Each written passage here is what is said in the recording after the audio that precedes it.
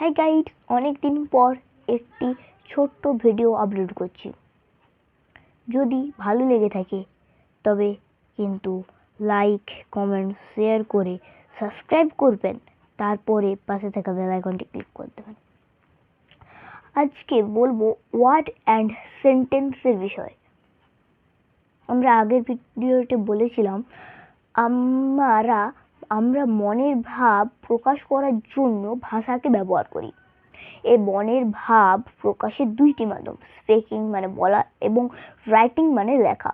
উচ্চারিত ভাষাকে ওয়ার্ড বা শব্দ হলো ধ্বনি সমষ্টি, কিন্তু লিখিত ভাষার শব্দ বা ওয়ার্ডকে বলে অক্ষর সমষ্টি। এই বিষয়টি ভালোভাবে জানতে হয়।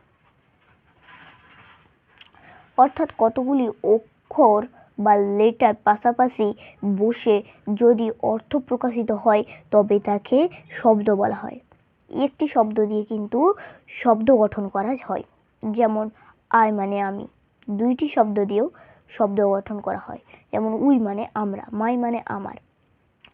যেমন কতগুলি শব্দ বা ওয়ার্ড হলো সান মানে সূর্য, টয় মানে খেলনা, ফ্যাট মানে মোটা, অ্যান্ট মানে পিঁপড়ে, পেন মানে কলম বা আমরা যেটা দিয়ে লিখি সেটাকে কলম বলে। অনেকে কলম বুঝতে পারে না, অনেকে সবাই পেনই বলে।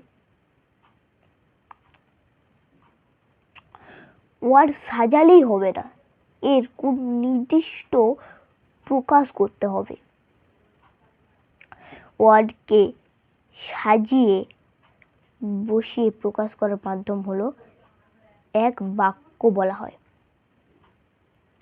যেমন একটি সেন্টেন্স হলো দ্য বয় প্লে ক্রিকেট। এর মধ্যে ওয়ার্ড রয়েছে, যেমন দ্য বয়েজ প্লে ক্রিকেট মানে ছেলেরা ক্রিকেট খেলছে।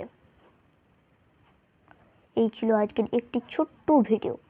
যদি ভালো লেগে থাকে তবে লাইক, কমেন্ট, শেয়ার করে সাবস্ক্রাইব করে পাশে থাকা বেল আইকনটি ক্লিক করে দেবেন।